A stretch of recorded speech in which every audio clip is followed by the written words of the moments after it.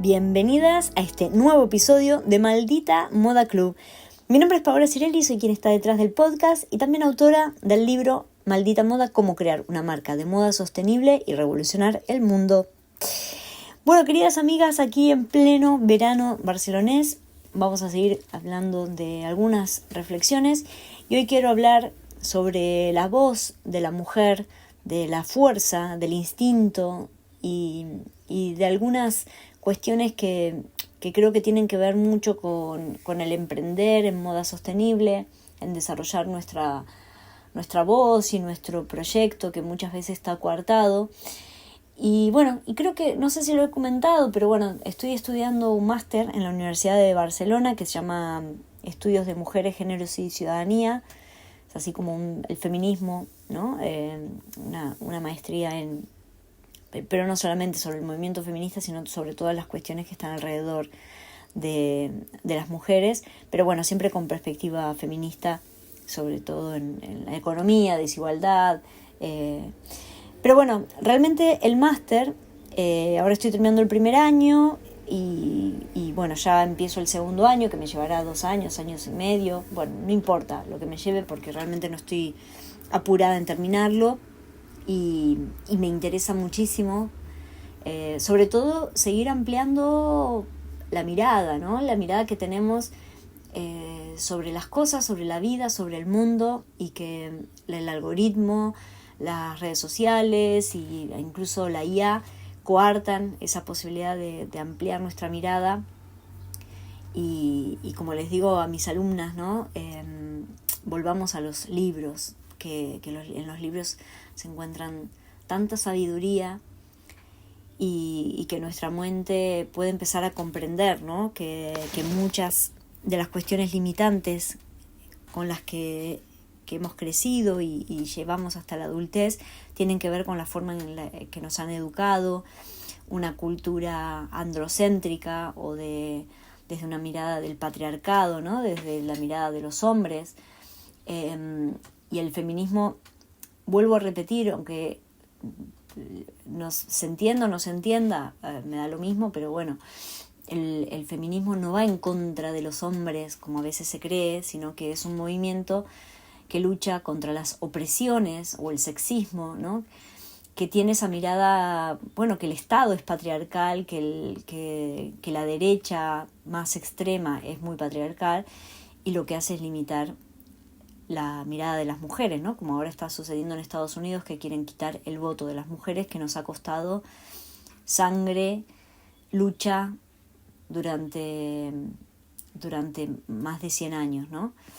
El voto femenino cobró muchísima importancia a partir de la Revolución Francesa, en donde en 1789, ante la Revolución Francesa y la nueva estructura social,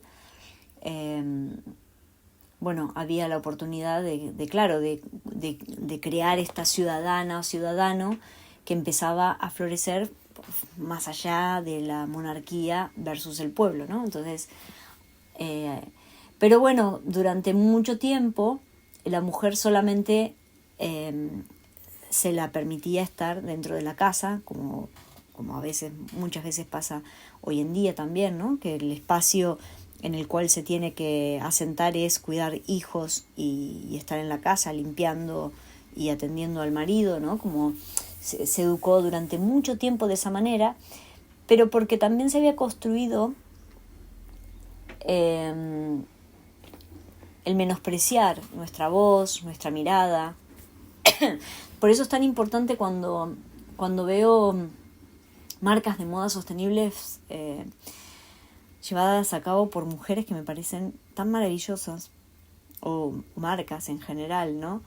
O películas, o libros, porque lo que hace es hablar desde nosotras, ¿no? Desde nuestras cuestiones, ponernos voz. Hay un libro muy interesante, ahora vuelvo sobre el voto, pero hay un libro muy interesante de Joanna Ross, que lo tengo por acá. Ahí me estoy girando porque tengo los libros acá. Y a veces cuando voy hablando voy hilando situaciones y me acuerdo de un libro que se llama Cómo acabar con la escritura de las mujeres, y ahí claramente está desarrollado en ese libro de qué manera, claro, al principio no nos dejaban escribir o no se publicaban porque decían que solamente hablábamos de cosas de mujeres, pero una vez que nos dejaron publicar y que ya era muy obvio que podíamos publicar libros, empezaron a haber otros mecanismos de manipulación o de menosprecio o de no dejar lugar para que no podamos escribir, ¿no? Durante mucho tiempo sucedió eso. Sobre todo porque se consideraba que el pensamiento del hombre era como más importante. Incluso el otro día estaba con el director del máster y él dice, es que la historia del hombre, y le digo, no, perdón, la historia de la humanidad, porque se cree que el hombre es como el genérico, ¿no? Y entonces en cualquier conversación ustedes pueden encontrar, no, porque la historia del hombre ha sido bla, bla, bla, bla, y eso en libros más antiguos, ¿no? Porque ahora ya gracias a la perspectiva feminista y gracias a la mirada de muchas mujeres que pudieron lograr tener una posición importante y poder ayudar a otras mujeres a que suban, se cambió esta palabra, porque en realidad, ¿por qué el genérico es el hombre? ¿No? Como, bueno, así la ciencia lo ha demostrado, o sea, se han estudiado siempre sobre hombres, casos, y la literatura, pero bueno, es que tengo tantas cosas para decir, amigas. Es que les juro que es que hay tanto para ponernos realmente felices de que hoy podamos estar hablando a un podcast y que podamos estar compartiendo visiones y tal, cosas que antes no se podía hacer, que a las mujeres no les permitían, como, no sé, desde correr una carrera, que recién en los años 60 pudimos correr maratones, o decidir tener una cuenta bancaria o irnos de viaje solas. Piensen que en el siglo XIX, por ejemplo, Jane Austen, Virginia Woolf, hablaban sobre eso, ¿no? Sobre la capacidad que no podíamos explorar el mundo.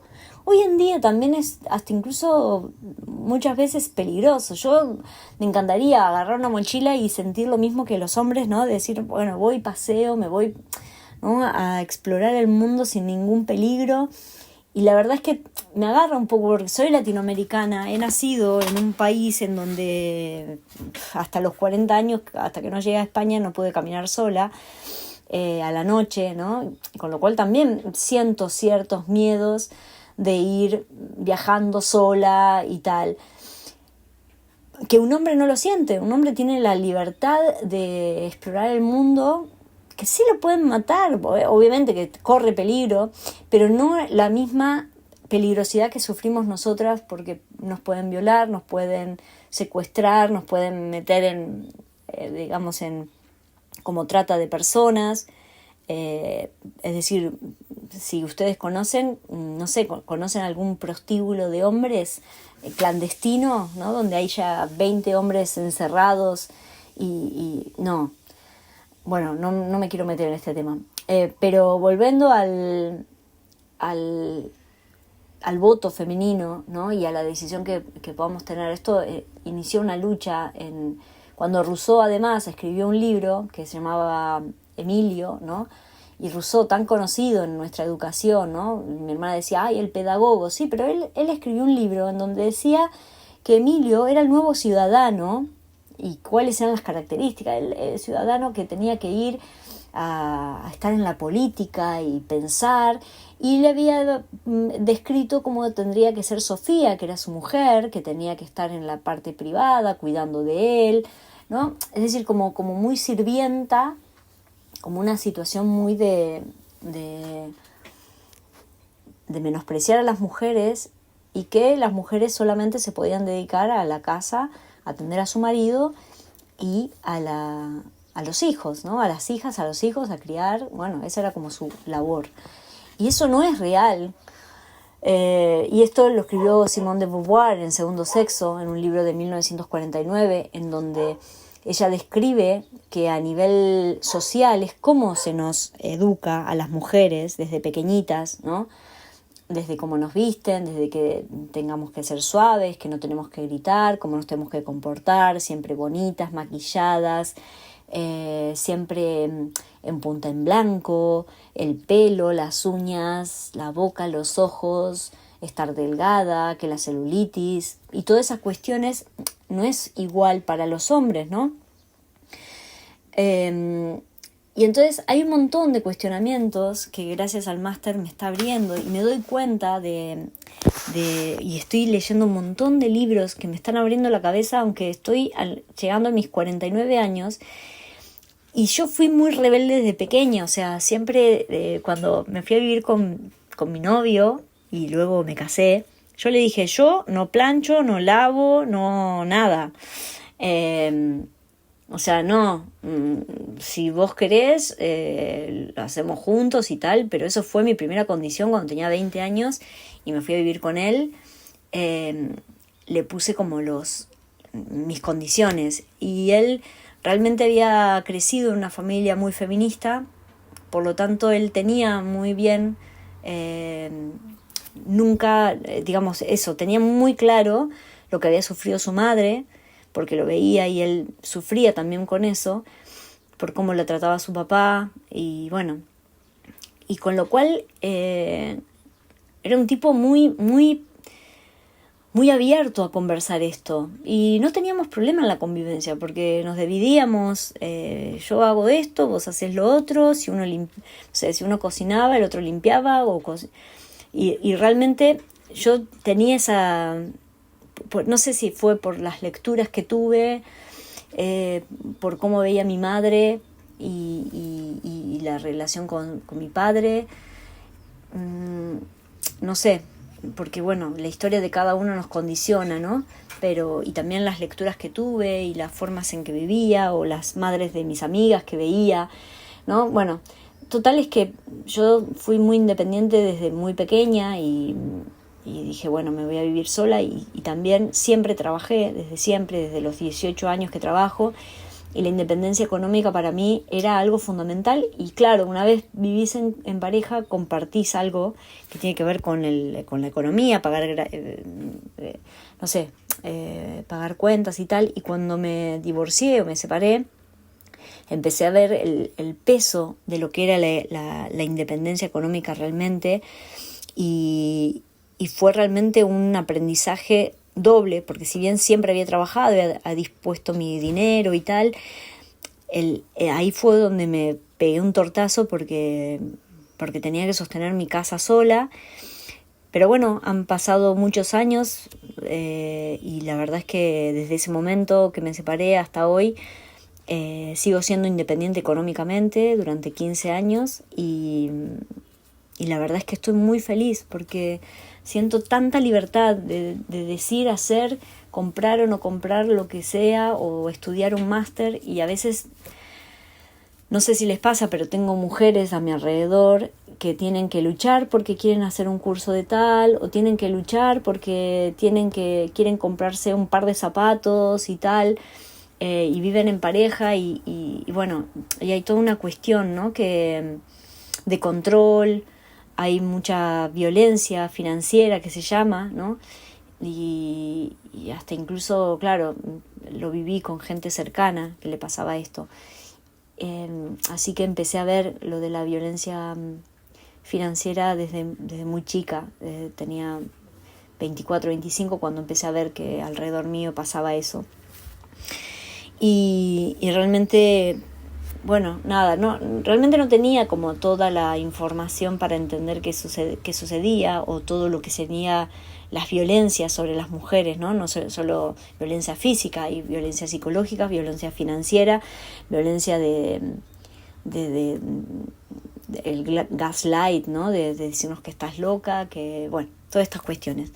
Pero lo que me refiero es que cuando creamos proyectos propios, y por eso también la moda me parece fascinante y por eso estudio esto y la conexión con la moda sostenible, porque sé que a través de la moda, y así empecé mi libro, ¿no?, hablando de las mujeres y de que la moda siempre había sido una herramienta muy importante en la vida nuestra como mujeres para poder salir adelante, independientes, cuántas mujeres eran modistas, abuelas que se quedaban viudas y de pronto sacaban la máquina de coser y hacían arreglos, o podían ser modistas y cosían tal cosa, o tejían, o bordaban, ¿no? Las mujeres han sido, siempre hemos estado las mujeres conectadas con la industria de la moda, de la industria textil, porque también era una tarea que se había destinado al tener, decirnos que tenemos manos delicadas y todas estas cuestiones que los hombres han dicho, pero bueno, también ha sido un lugar en donde nos hemos encontrado para poder charlar o para poder, desplegar nuestra expresión. Incluso se han encontrado bordados muy antiguos de monjas y de mujeres, que hay una palabra que se llama mefesit, ¿no? Que es me ha hecho, que se ha descubierto que también son mujeres cuando aparecía esa escritura. Y nada, me parece que es importante, sobre todo en este audio que quiero hacer, es que tomemos en cuenta que cuando desarrollamos un proyecto y que podemos controlar todo lo que hacemos a nivel creativo, económico, nos estamos labrando también una independencia económica que necesitamos. Y también es importante porque esto pone en juego todos los sentidos, el instinto y el conectar con esta mujer salvaje, ¿no? Como dice Clarissa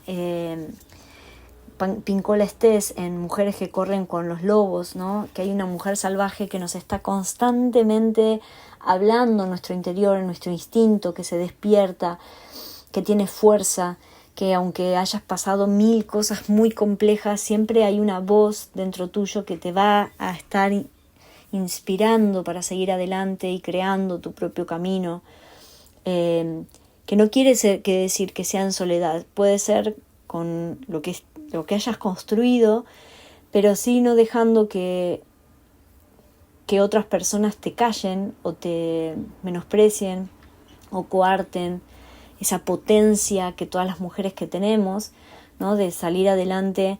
Por eso es tan importante el voto, ¿no? Porque es poder expresarnos, o sea, es decir a quién podemos votar o no, porque si, digamos, una de las cosas que quiere hacer, ¿no? Los partidos de derecha sobre todo es eso, es callar las voces de las mujeres, para poder controlarnos, manipularnos y para poder volver a tener sirvientas, ¿no? Que sean en función, que les sirvan, ¿no? Para poder, sobre todo para que los hombres que tienen esta visión, ¿no? No todos los hombres, por supuesto, y por suerte, como les contaba, hay muchos hombres maravillosos que comprenden la dimensión de las mujeres, que nos apoyan, que saben que la igualdad tiene que ser algo para un mundo mejor, que nos va a llevar a un mundo mejor, y que los hombres que han gobernado nos han llevado hasta este momento, ¿no? Hay muy pocas mujeres que gobiernan países y en general los hombres son los que están desarrollando las guerras y han desarrollado las guerras. Y bueno, me parece que es importante la visión de la conexión con la moda sostenible porque justamente es un espacio en donde nos podemos sentir muy atraídas. Por eso hay muchas mujeres en moda sostenible, la mayoría. Yo cuando doy charlas o cuando estoy en el aula, hay muchísimas mujeres que estudian moda. O sea, si ustedes van a alguna universidad de moda, hay un hombre por 100 mujeres. Y luego, sin embargo, los hombres son los que dirigen las marcas de moda, ¿no? Las grandes marcas de moda de lujo son hombres. Entonces, tenemos que revertir esto, porque nosotras estudiamos y ellos dirigen, finalmente, ¿no? Entonces, me parece que es importante que podamos tomar decisiones y podamos seguir apoyándonos entre nosotras. Cuando di una charla en Argentina en abril, justamente les dije eso, ¿no? Tenemos que seguir apoyando a mujeres y hacer que todas nosotras nos pongamos en lugares de dirección, ¿no? Cuando entré en el máster de branding de Elisaba, que el director del máster me llamó para poder coordinar y hacer tutorías de los proyectos finales, lo primero que hice es contar la cantidad de mujeres versus hombres profesores, sin estar estudiando el máster, imagínense. Pero bueno, yo siempre he sido bastante feminista, o sea, siempre he sido feminista sin tener presente como esa palabra, ¿no? Sino que siempre fui en la lucha de las mujeres. Pero cuando entré en el máster contabilicé y había un 20% sobre 80 mujeres profesoras sobre 80 de hombres. Y entonces le propuse al profesor, al director del máster, sumar más mujeres. Entonces hoy, digamos en el 2026, publicamos en el Instagram que los hombres y las mujeres estamos en la misma, en la igualdad, ¿no? Se logró la igualdad de profesores y de voces, tanto de mujeres como hombres. Para mí es un logro fenomenal. Y no solo eso, sino que además también demuestra que cuando una mujer está en un poder directivo y puede ayudar a otras mujeres, se crea una igualdad. Es decir, obviamente que a veces los hombres llaman a mujeres para trabajar, pero él decía, por ejemplo, el director dice, no, es que yo en general tenía datos más de hombres y yo, claro, es que yo me preocupaba por encontrar mujeres que estuviesen haciendo o encontrarlas, ¿no? De ir a buscarlas, decir, bueno, ¿quién está haciendo esto, lo otro? ¿Quién está escribiendo sobre esto? Es decir, hay que haber una intención porque por default todo es de hombres. O sea, si uno estudia la historia son todos próceres, hombres. O sea, no hay próceres o héroes o presidentes o qué sé yo. Los monumentos en las ciudades, la mayoría son de hombres, sobre el caballo y tal, ¿no? Y entonces tenemos que realmente ponernos a las mujeres en el lugar de líderes y que eso cambia muchísimo las perspectivas y las formas de dirigir empresas, proyectos. A mí me parece súper interesante. Y bueno, nada, y les recomiendo este libro que se llama... el de correr con mujeres que corren con los lobos. Y dice, bueno, les voy a leer un pedacito que dice, a nuestro alrededor hay un mundo que nos llama constantemente, que penetra en nuestras vidas y despierta y crea apetitos donde apenas había ninguno. En esta clase de elección elegimos una cosa por el simple hecho de tenerla delante de nuestras narices en aquel momento. No es necesariamente lo que queremos, pero nos parece interesante y cuanto más la miramos, más nos atrae. Esto en el caso de que está hablando de que cuando hay, por ejemplo, un buffet, ¿no? Como hay algo en la elección que nos están poniendo sobre la mesa, bueno, tenés una tarta, estas facturas y estas frutas. Bueno, ¿qué elegís? Y en realidad te están dando que elegir. O sea, hay alguien que, como la IA, ¿no? Alguien que te está diciendo, bueno, elegí sobre esto. Y en realidad lo que está planteando acá es preguntarte qué es lo que necesitas, qué es lo que deseas, más allá de lo que te ofrezcan, ¿no? Si te ofrecen eso, ¿es lo que vos querés? Entonces dice, cuando estamos unidas al yo instintivo, al alma de lo femenino que es natural y salvaje, en lugar de contemplar lo que casualmente tenemos delante, nos preguntamos, ¿qué es lo que me apetece? Sin mirar nada de lo que hay fuera, miramos hacia adentro y nos preguntamos, ¿qué quiero? ¿Qué deseo en ese momento? Otras frases alternativas podrían ser, ¿qué es lo que más me seduce? ¿Qué me apetece de verdad? ¿Qué es lo que más me gustaría? Por regla general, la respuesta no tarda en llegar, pues creo que lo que más me apetece, lo que de verdad me gustaría, es un poco de esto o de aquello. Sí, eso es lo que yo quiero. ¿Lo hay en el buffet? Puede que sí, puede que no. En la mayoría de los casos, probablemente no. Tendremos que buscar un poco, a veces durante bastante tiempo, pero al final lo encontraremos y nos alegraremos de haber sondeado nuestros más profundos anhelos. Bueno, y después sigue, ¿no? Esta capacidad. Pero es interesante eso, ¿no? De que muchas veces tenemos, no sé, por ejemplo, vale, ¿qué vas a estudiar? ¿Esto o esto? No, es que por ahí yo quiero, no sé, irme a experimentar un año y hacer tal cosa. Y, por ejemplo, no sé, este máster que me apareció a mí, realmente lo decidí desde el corazón. Había una fuerza interna que me decía, Paola, tenés que hacer este máster.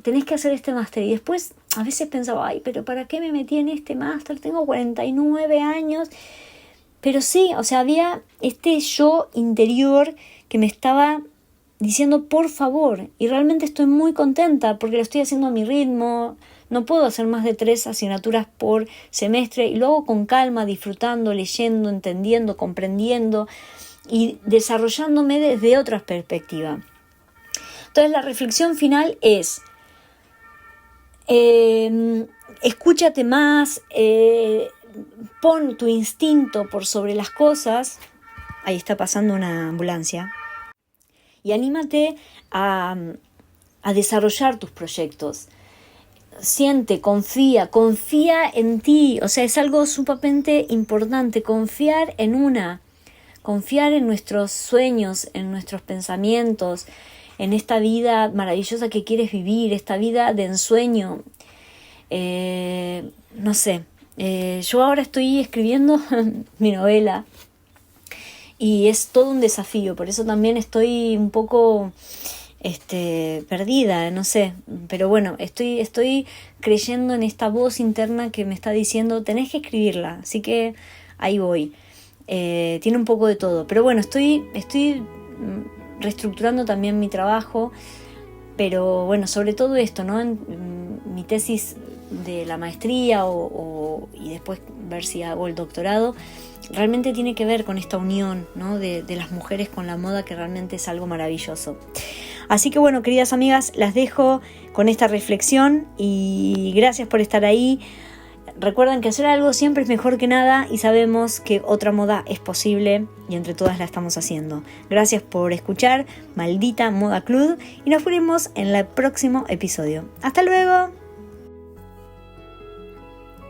Gracias por escuchar este nuevo episodio de Maldita Moda Club. Recuerda que la moda no es solo lo que vestimos, es cultura, es política, es trabajo, es territorio y también puede ser una herramienta de transformación. Si quieres seguir esta conversación, puedes encontrar más contenido y recursos en nuestro libro Maldita Moda, cómo crear una marca de moda sostenible y revolucionar el mundo. Y también sumarte a nuestra comunidad del club, que nos juntamos una vez al mes online. Un aviso importante, estamos abriendo la Academia de Maldita Moda con un programa del método Sewing online en vivo, donde crearemos una marca de moda sostenible, una colección y una estrategia de comunicación. Están conectados todos con el método que está desarrollado en el libro, que es la fase de branding, la fase de colección y la fase de marketing. También próximamente estará disponible el curso de branding online para que lo hagas a tu ritmo.